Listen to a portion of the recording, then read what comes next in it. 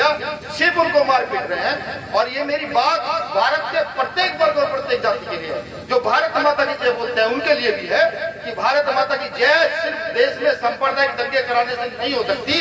अगर तुम वाकई भारत माता की जय करना चाहते हो तो डॉक्टर बाबा साहब अम्बेडकर की विचारधारा पर चलो, और जो देश में जाति और संप्रदाय की बात करते हैं उनको इस देश की सलाखों के पीछे भिजवाने का काम करो, तो शायद इस देश की उन्नति हो। अब हमें भी सोचना पड़ेगा, इस गरीब मजदूर तबके को सोचना पड़ेगा जो 1 मिनट में ये कह देता है कि मैं क्या कर सकता हूँ। जाते हैं ना गाँव में, जब हम लोग पूछते भैया ये आपके घर के बाहर इतना पानी भरा हुआ है, जो आपने डीएम साहब को ये एप्लीकेशन लगाई, तो हमारे लोग कहते हैं मैं क्या कर सकता हूँ। उसको यह बताना पड़ेगा कि तुम ही हो जो सब कुछ कर सकते हो, इस देश का मुख्यमंत्री या प्रधानमंत्री नहीं कर सकता। हाँ, इस एक गांव में रहने वाला एक पढ़ा लिखा व्यक्ति जो कॉन्स्टिट्यूशन जानता है वो सब कुछ कर सकता है। वो एप्लीकेशन लगा सकता है, वो आंदोलन कर सकता है, वो डीएम एसएसपी की कुर्सी लगा सकता है, वो मुख्यमंत्री के कार में चीख मार सकता है, वो एमपी एमएलए विधायक बन सकता है। तो ये बात सोचना बंद करो, ये बात बताना शुरू करो कि हम ही है वो जो सब कुछ कर सकते हैं। और जब कहीं मुसीबत आ जाए, जब ये लगने लगे नहीं मैं ये काम नहीं कर पा रहा हूं, तो बेधड़क होकर किसी भी अधिकारी की आंखों में आंख डालकर कह दीजिएगा, किसी भी एमपी एमएलए मुख्यमंत्री की आंखों में आंख डालकर कह दीजिएगा, इसको गले में डाल दीजिएगा और कह दीजिएगा जाकर कि मैं भीम आर्मी का कार्य करता हूँ। तो उसकी इतनी हैसियत नहीं कि वो अपनी बात इसको सुननी पड़ेगी। अब देश में जनता की नीति लागू होगी, जन नीति लागू होगी, पीड़ित शोषितों की नीति लागू होगी। जो साहब आशीराम साहब कहते थे, बाबा साहब कहते थे, जिसकी जितनी संख्या भारी उसकी उतनी हिस्सेदारी। उस पर भीम आर्मी पूरी तरीके से सजग है, वचनबद्ध है, संकल्प लेती है कि उसको अगले 10 साल में भारत में स्थापित किया जाएगा। भारत की जल जंगल जमीन में प्रत्येक वर्ग का हिस्सा दिया जाएगा। इस देश के सवर्णों को भी उनकी आबादी के हिसाब से हिस्सा दिया जाएगा, बिल्कुल दिया जाएगा। शिक्षा नीति में उनको हिस्सा दिया जाएगा, बिल्कुल दिया जाएगा। जो आरक्षण के विरोध की बात करते हैं, मैं चिक चिक कर कहता हूँ बिल्कुल कि हमारी आबादी के हिसाब से हमें हिस्सेदारी दे दीजिए। आरक्षण तुम आज नहीं कल ले लीजिए, लेकिन इस देश की जल जंगल जमीन में हमें हमारी आबादी के हिसाब से हिस्सेदारी चाहिए, बिल्कुल चाहिए। और ये भी मैं पूरी जिम्मेदारी के साथ बात कर देता हूँ कि या तो सरकार अपनी संविधान विरोधी गतिविधियां बंद करे। अगर वो अपनी संविधान विरोधी गतिविधियां बंद नहीं करेगी तो जो मैं कहने जा रहा हूँ, जो पढ़े लिखे लोग वो अच्छे तरीके से समझेंगे।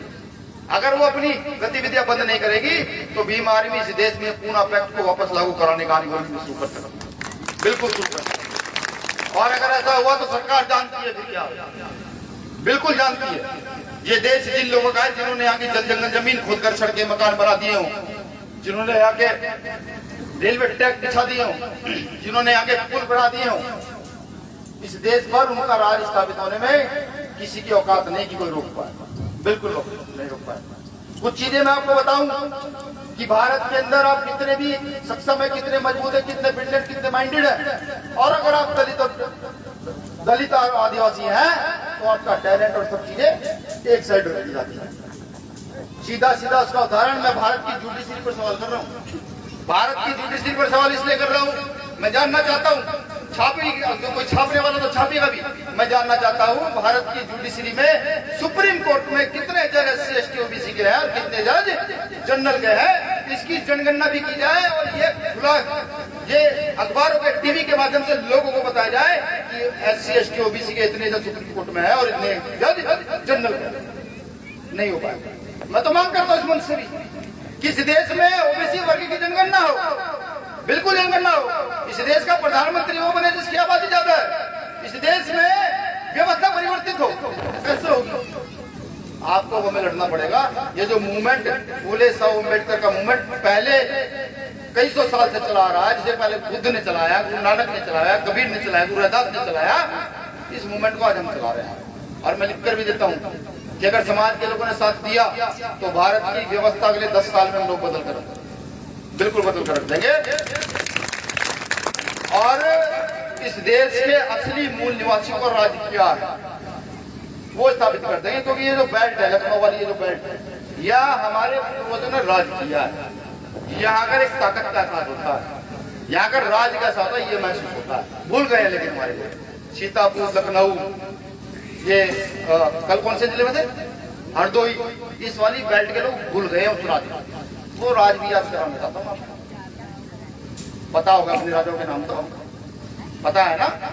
तो लोगों ने तो राज स्थापित किया, तो राज को याद कराना चाहता हूँ। मुझे पूरी उम्मीद है कि जिन लोगों ने मुझे सुना है, अगर मेरे द्वारा बताई गई 10% बातें भी आपके माइंड में आई हो और आपको लगा हो नहीं बीमारी वाकई यहाँ की सूरत और दिशा और दशा बदल सकती है, आपको लगा हो नहीं बीमारी वाकई भारत में ऐसे ईमानदार लीडर पैदा कर सकती है, आपको लगा हो नहीं कि भारत के अंदर बीमारी में एक ऐसी संस्था बनकर उभरी है जो सही के साथ सही और गलत के साथ गलत करने का मादा रखती है, तो सब लोग यहाँ से जाइएगा, भीम आर्मी का प्रचार कीजिएगा, लोगों को बताइएगा कि चंद्रशेखर आजाद नाम का व्यक्ति आज पूरे देश में मजबूती से ईमानदारी से संविधान को हाथ में लेकर के लड़ रहा है। और अब के बाद हमारा सीधा सीधा चाहे वो तन हो मन हो धन हो, चाहे वो वोट सपोर्ट नोट हो, वो अब के बाद भाई चंद्रशेखर आजाद के साथ रहेगा।